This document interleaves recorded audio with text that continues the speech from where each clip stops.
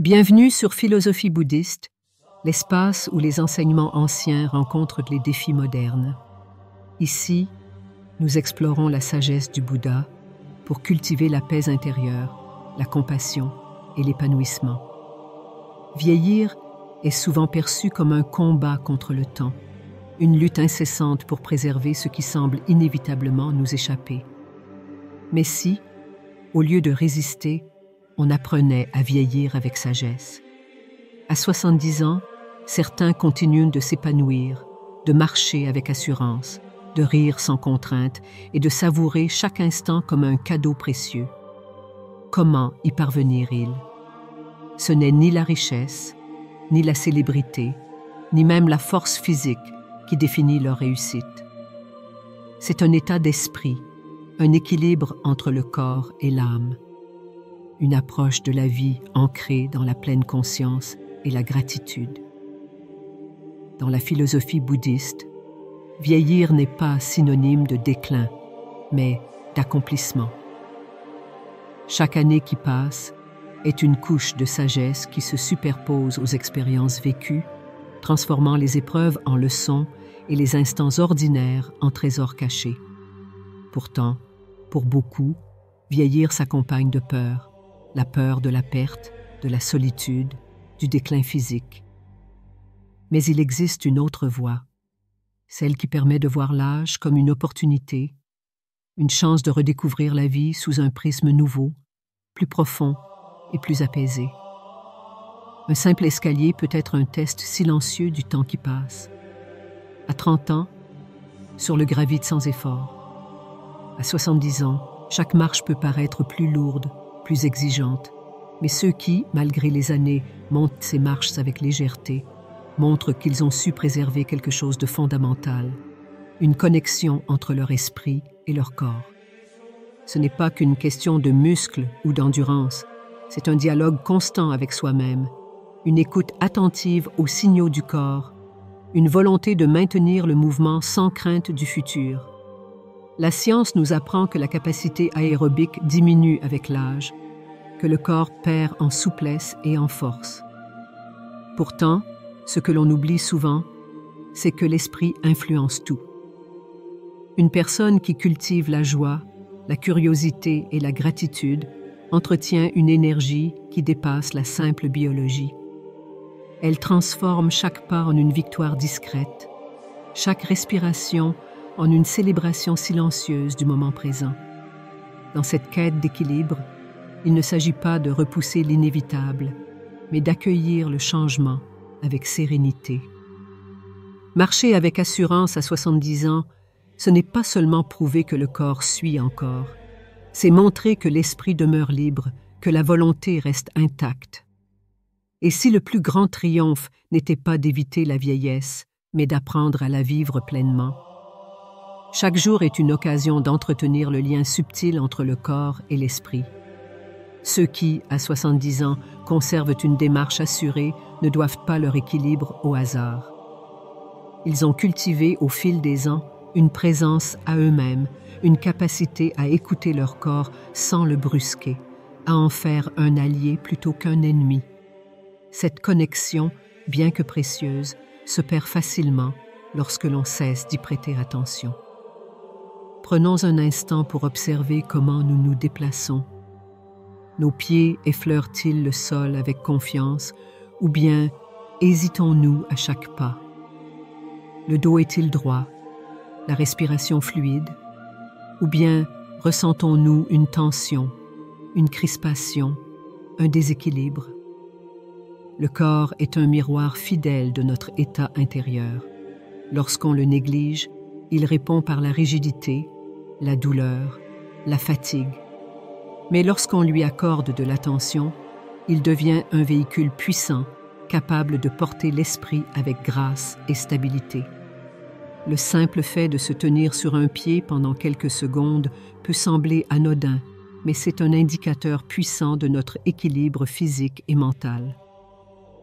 Ce test, utilisé par certains chercheurs pour évaluer la santé des personnes âgées, révèle bien plus qu'une simple aptitude musculaire. Il met en lumière la coordination entre notre perception du monde, notre réactivité et notre capacité à nous adapter. Ceux qui maintiennent cet équilibre ne sont pas simplement forts physiquement. Ils sont ancrés dans l'instant, attentifs à leur posture, conscients du mouvement et du souffle qui les accompagne. Le bouddhisme signe que l'impermanence est une réalité incontournable. Nos corps changent, nos capacités évoluent, et ce qui nous semblait facile ici peut devenir un défi aujourd'hui.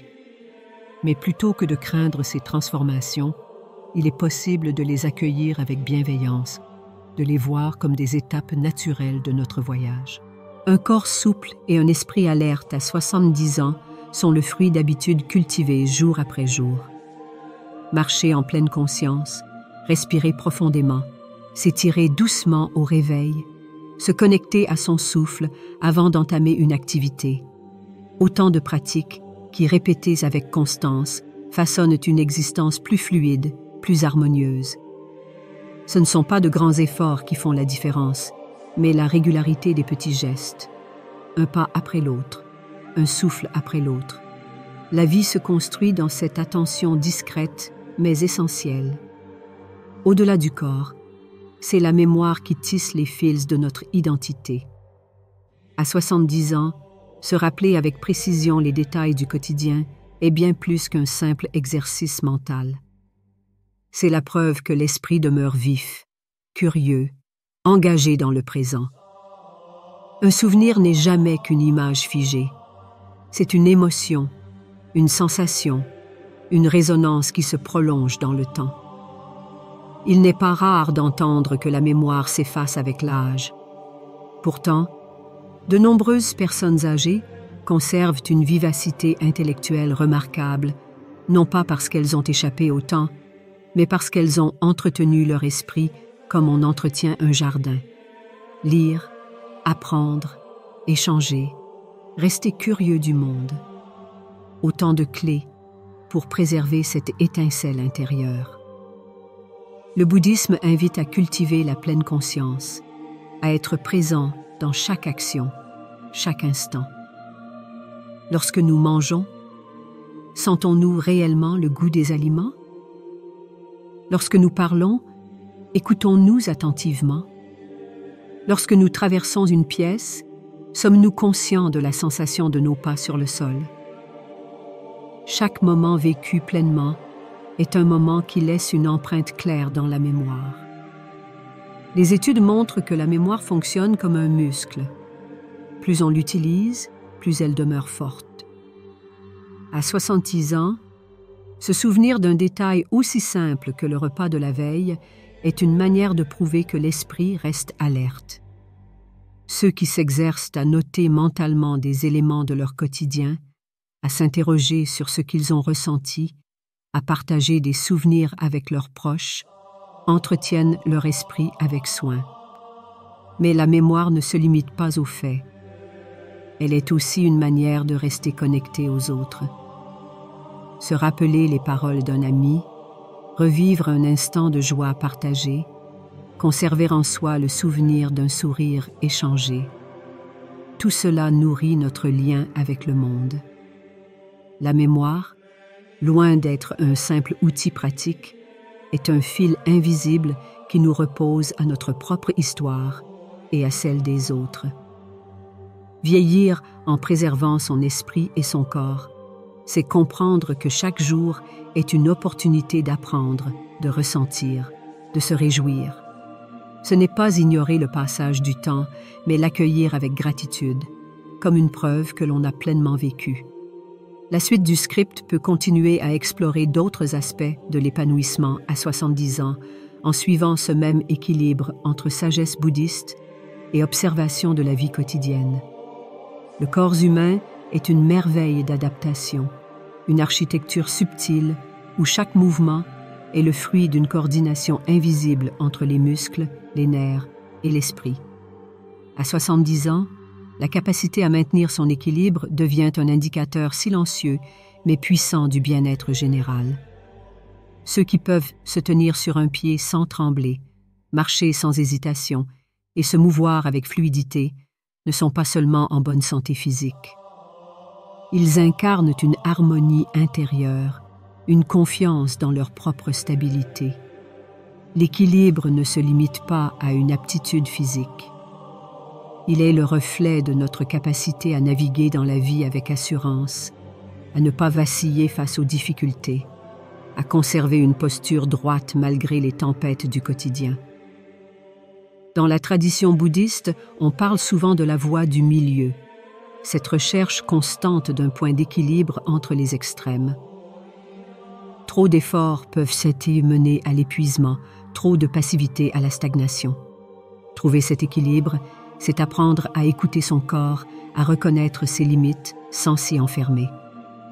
Des études ont montré que la perte d'équilibre est l'un des premiers signes de fragilité avec l'âge. Pourtant, cette aptitude peut être maintenue et renforcée. Se lever lentement, ressentir le sol sous ses pieds, respirer profondément avant chaque mouvement. Autant de gestes simples qui permettent d'ancrer le corps et l'esprit dans l'instant présent. Chaque pas devient un acte de présence, un témoignage silencieux de notre connexion à la réalité. Il ne s'agit pas de performance athlétique, mais de la capacité à se faire confiance, à apprivoiser son propre corps au fil des ans. Ceux qui cultivent cette relation avec eux-mêmes trouvent une sérénité qui va bien au-delà du physique. Ils ne marchent pas simplement, ils avancent avec la conscience de chaque mouvement, de chaque appui. Dans la vie, l'équilibre ne signifie pas l'absence de déséquilibre, mais la capacité à retrouver son centre après une perturbation. À 70 ans, cette résilience se traduit par la capacité à se relever après une chute, à accepter les changements sans se laisser déstabiliser. Tout comme le corps apprend à ajuster son poids pour rester debout, l'esprit apprend à s'adapter aux nouvelles réalités, à embrasser l'impermanence avec calme. L'un des enseignements bouddhistes les plus puissants est que rien n'est figé. Ce que nous avons aujourd'hui, nous pouvons le perdre demain, et ce que nous avons perdu peut renaître sous une autre forme. Cette perspective permet de ne pas craindre les transformations, mais de les voir comme une danse naturelle de la vie. Ce n'est pas le fait de ne jamais tomber qui compte, mais la manière dont on se relève et continue d'avancer.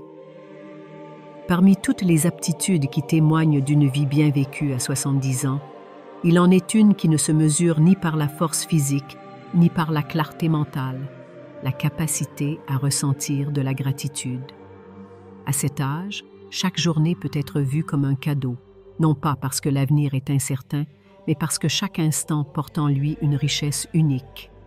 Ceux qui savent apprécier le simple fait de se réveiller le matin, de sentir la lumière sur leur peau, d'entendre la voix d'un être cher, possèdent un trésor que rien ne peut leur ôter.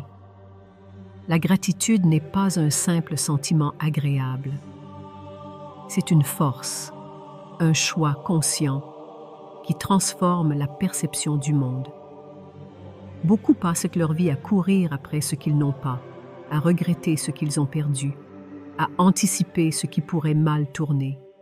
Mais ceux qui, à 70 ans, cultivent la gratitude, trouvent une paix que rien ne peut ébranler. Ils comprennent que le bonheur ne réside pas dans l'accumulation de biens ou d'expériences spectaculaires, mais dans la capacité à voir l'extraordinaire dans l'ordinaire. Dans le bouddhisme, la gratitude est liée à la pleine conscience. Être reconnaissant, c'est être pleinement présent. C'est ne pas laisser les préoccupations du passé ou les inquiétudes de l'avenir obscurcir la richesse de l'instant présent. Chaque respiration devient une offrande, chaque sourire un cadeau, chaque jour une opportunité d'apprendre et d'aimer.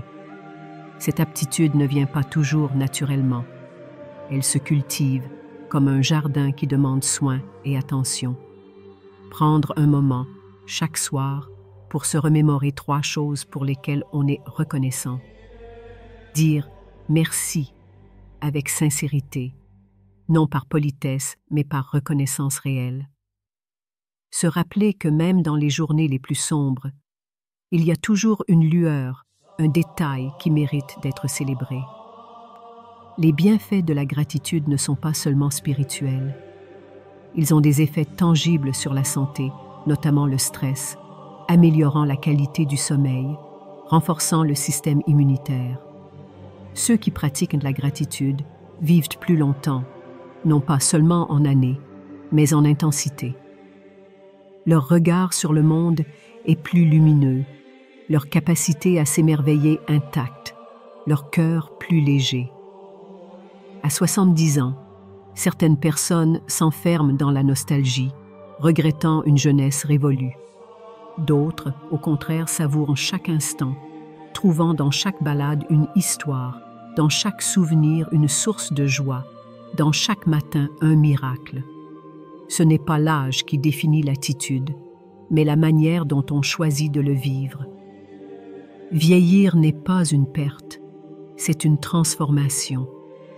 Et ceux qui l'embrassent avec gratitude, avec cette conscience que chaque jour est un don, trouvent une forme de bonheur que même la jeunesse ne peut égaler.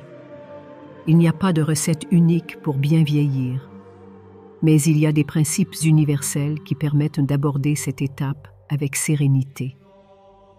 Entretenir son corps sans excès, garder son esprit curieux et actif, nourrir des liens sincères avec les autres, accepter le changement comme une danse naturelle de l'existence.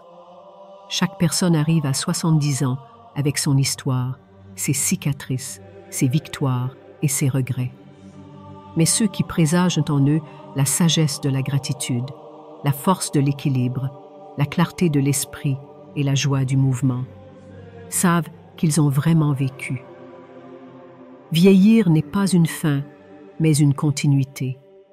Un chemin qui, bien parcouru, mène à une forme de plénitude que rien ne peut altérer. Alors, au lieu de craindre le temps qui passe, pourquoi ne pas en faire un allié?